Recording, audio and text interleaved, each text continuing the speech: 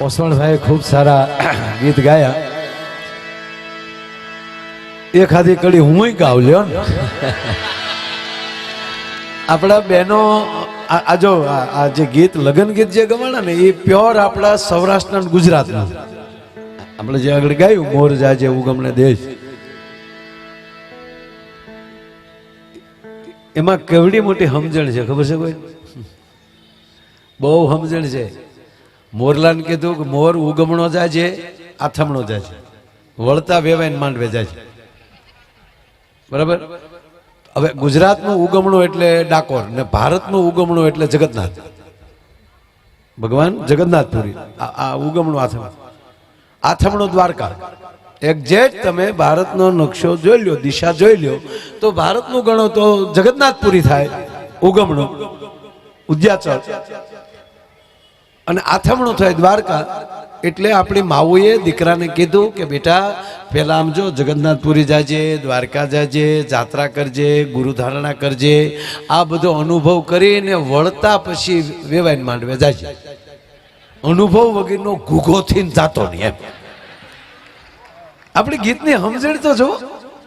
અને પાછું યોગેશભાઈ માવુએ દક્ષિણાદુ ને ઉત્તર દક્ષિણનું કીધું જ નહીં.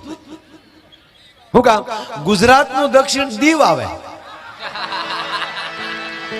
એટલે માવુએ હાવ ના જ પાડી કે ના દક્ષિણ તો જાતો જ નહીં, નકર ઈ મોરલો પછો કળા કરીને આવે પછી માંડવા જાય એવો નો રે, ઢેક બગલો થઈ જાય, આપણે નહીં આવે એમ. એટલે આપણી માવુએ ઉગમણું નાથમણું બે જ કીધું. બોલો. એક વરરાજા બેઠા એટલે આપણે એને દાંત કઢાવ્યા.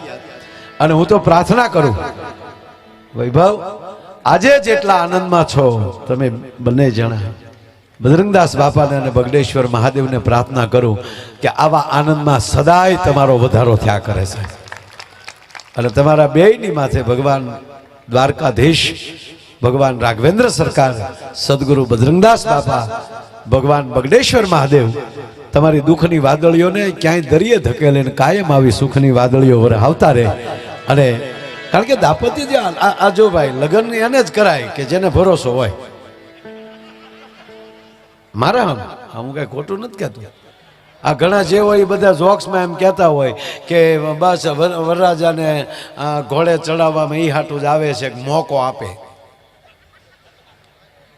સમજાણો?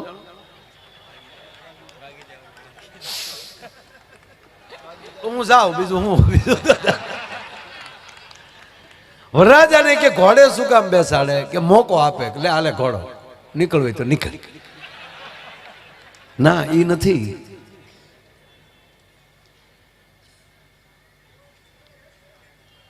જેના લગ્ન હોય એને રાજા બનાવવામાં આવે. 3.5 દિનનું રાજ કીધું છે શાસ્ત્રમાં. વરરાજો 3.5 દિનનો રાજા. એટલે તલવાર આપીએ, સાફો અંગરખું પહેરાવીએ, પગમાં મોજડી,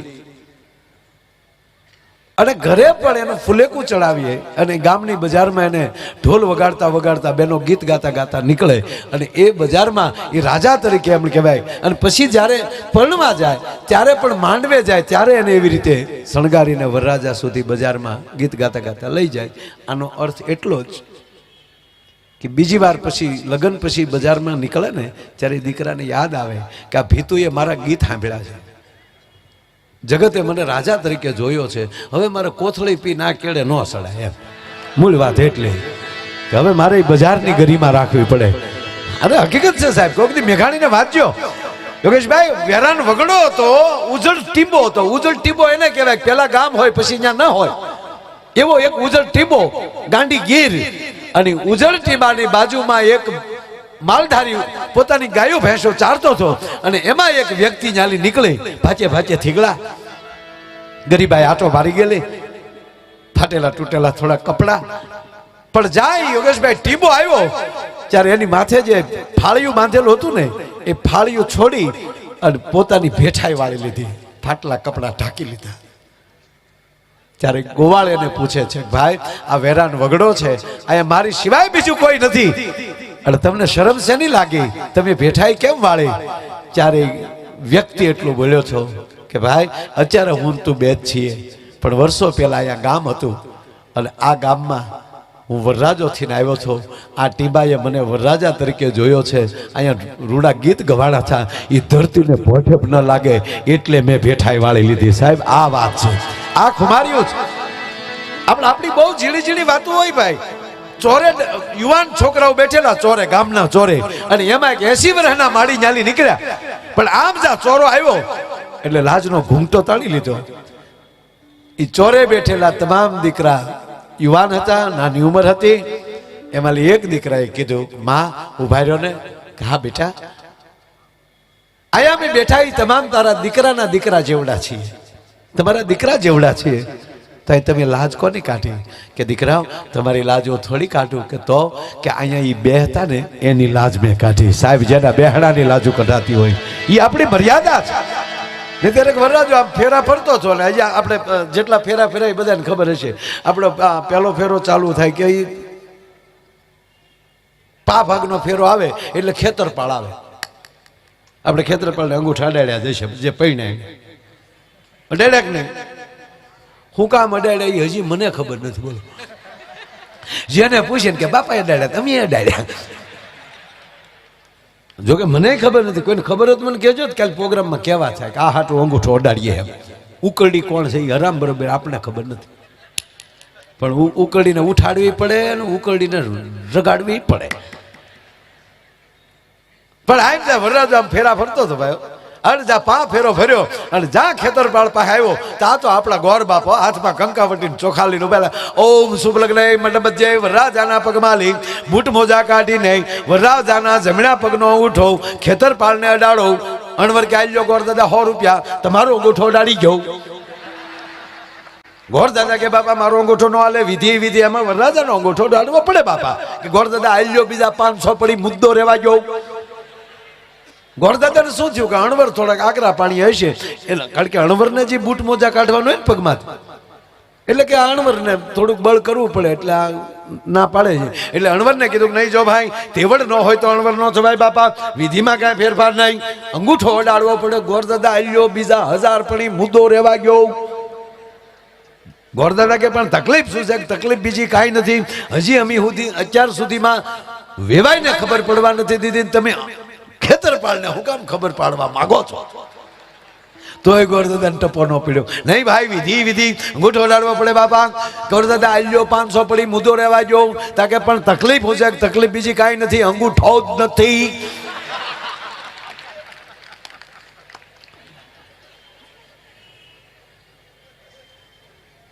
અમારે ભૂરાનું જોવા ગયા ને, લઈ લો લ્યો.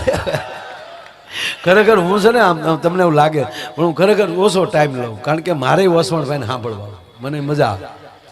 હા, કારણ કે આ રોજ આમ ક્યારેક ભાગ્ય ભેગા થાય. હકીકત આ વખતે થોડું ગાળો પડી ગયો. હા, કારણ કે 2 વજ્ર ભેગા ઓછા થાય એટલે પેમેન્ટ બાબત બધું જોવું પડે ને બાપા. માણાને સાંભળવા હોય પણ પછી બાપા આમાં 2 ભેગા થાય તો નાના માણાના સમૂહ લગ્ન થઈ જાય, એટલો ખર્ચો થાય ને. કાલે ડાંગ આહવામાં પવિત્ર આદિવાસી ભાઈઓના વિસ્તારમાં હતો. સાહેબ કાલે બહુ મજા કરી. આપણી રાષ્ટ્રીય સેવા સંઘની ટીમો હતી બધી. બાપુ અમે જે ઘરે ગયા એ જે રહેતા હતા ઝૂંપડામાં, પણ એ મહેમાનોના સ્વાગત કેમ કરાય હજી માણસો ભૂલ્યા નથી સાહેબ. કાલે મેં 7 ગામ લીધા, દિવસે જ ગયો તો 7 ગામ લીધા બધા. આપણે ભલે ગમે ત્યાં જઈએ સાહેબ, પણ આપણી ઓળખાણે જે નથી જતી એ મજા છે. અને એમાં આ મુંબઈ તો હવે મને ખબર જ નથી પડતી ગુજરાતમાં છે કે મહારાષ્ટ્રમાં છે. જો કે 62 સુધી તો બધું એક જ હતું. હા, ખાલી સૌરાષ્ટ્ર અને મહારાષ્ટ્ર 2 જ હતું, ગુજરાત નહોતું. પછી 62માં આપણે ગુજરાતની સ્થાપના કરી. બાકી 2 આખી દુનિયામાં રાષ્ટ્ર 2 જ હતા, સૌરાષ્ટ્ર ને મહારાષ્ટ્ર. બાકીના રાજ્યો, બાકી રાષ્ટ્ર 2, સૌરાષ્ટ્ર અને મહારાષ્ટ્ર. જન્મે શિવાજી અહીંયા સૌરાષ્ટ્રમાં બેઠો બેઠો હાલોડું મેઘાણી ગાય. આ એક મજા છે. એટલે ટૂંકી વાત કહું કે પછી ઓસવણભાઈ એટલે હું થોડું ઓછું લઉં ભૂરાને પછી લાવું કારક હું કા પણ તમે કહેતા હતા તો હવે આજ લઈ લઉં ને એમાંય વરરાજા બેઠા છે એટલે વરરાજા ખરેખર મને આમ જો મારા લગન છે હા હા એમાં જઈ લગ્નના આપણા જે 15 દી કેમ વયા જાય ખબર ન પડે. અરે મને એક નથી સમજાતું કે હારું આ સમય છે દરેક વસ્તુનો ધીરે ધીરે ભાવ વધતો જતો હોય. મારા લગ્ન થયા ને ત્યારે દેવાંગભાઈને ખબર છે 3,500 રૂપિયા સોનાનો ભાવ હતો સમજ્યા. 51,000 ઘરના ટના ટન થઈ ગયા હતા.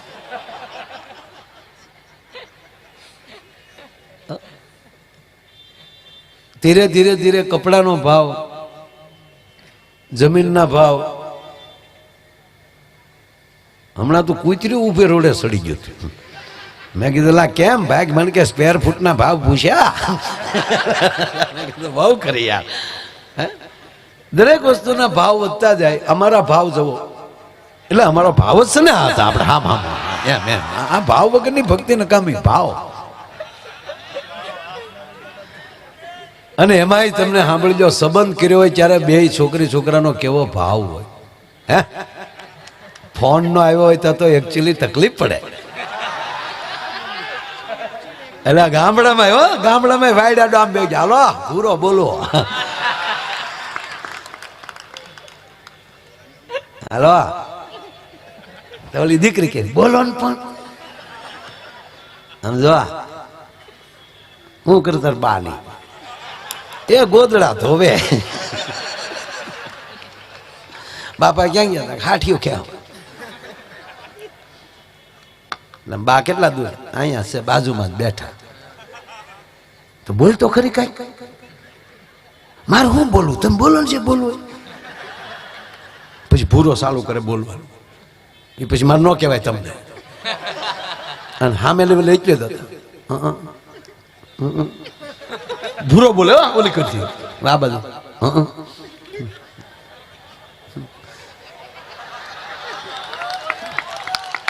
હા લે એવું થોડું ભાઈ.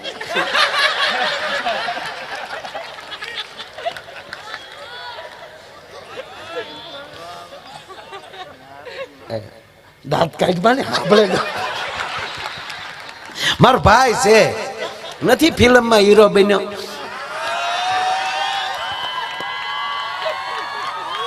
વધાવો તાળીઓથી વધાવો.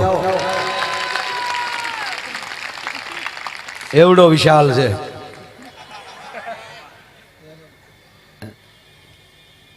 એમાંય મેં એને પહેલી વાર સાહેબ મહારાણા પ્રતાપની સિરિયલમાં જોયો. શું એને અકબરનું પાત્ર ભજવ્યું છે. એકવાર તાળીઓથી વધાવો.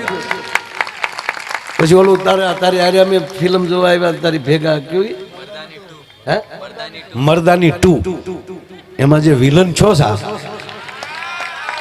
મર્દાની 2 હમણાં નવું કયું બન્યું ભાઈ? સલામ બેંકી. સુપરસ્ટાર આપણો હીરો છે. ગુજરાતનું ગૌરવ છે આપણો. વાહ દાંત કાઢતો ને ફોનમાં સાંભળે મારા ભાઈ દાંત કાઢે પછી તમારે તો એ ત્યાં કોણ બેઠું મળી આ ધબધબ થાય. મારા બા ધોકાવે કપડા સાટા અહીંયા ઉડે. હા હા તે તમે આવી જો ને તમે તારે મારા બાપા કહેતા હતા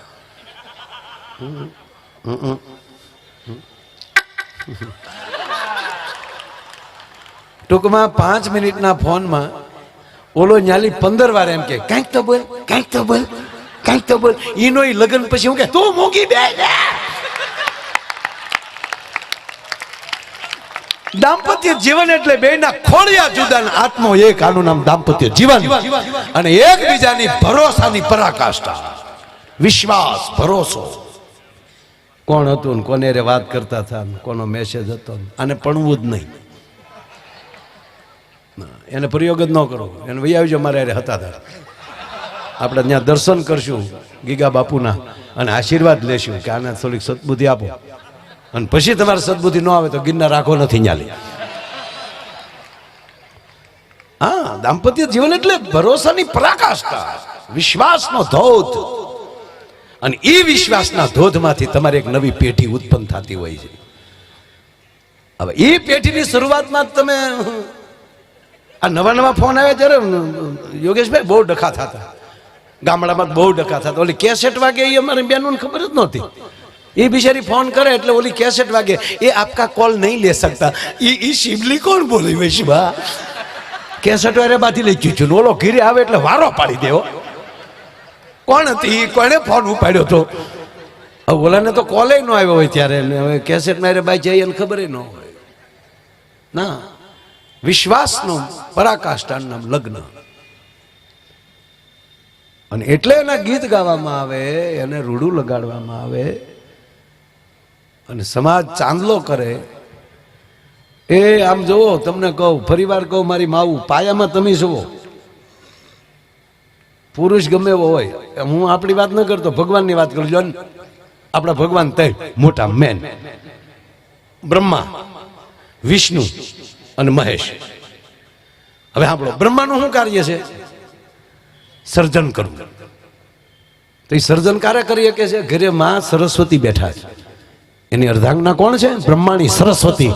ઘરે મીઠા બોલી માં બેઠી હોય ને, એનો જ પતિ કાંઈક સર્જન કરી શકે. બાકી ઘરે આવ્યા નથી, લોંદા લીધા નથી, હું છે ને એ સર્જન ન કરે, વિસર્જન કરે. બચારાને એમ થાય આની કરતા તો ખાડીએ વયો જો ભાઈ એમ.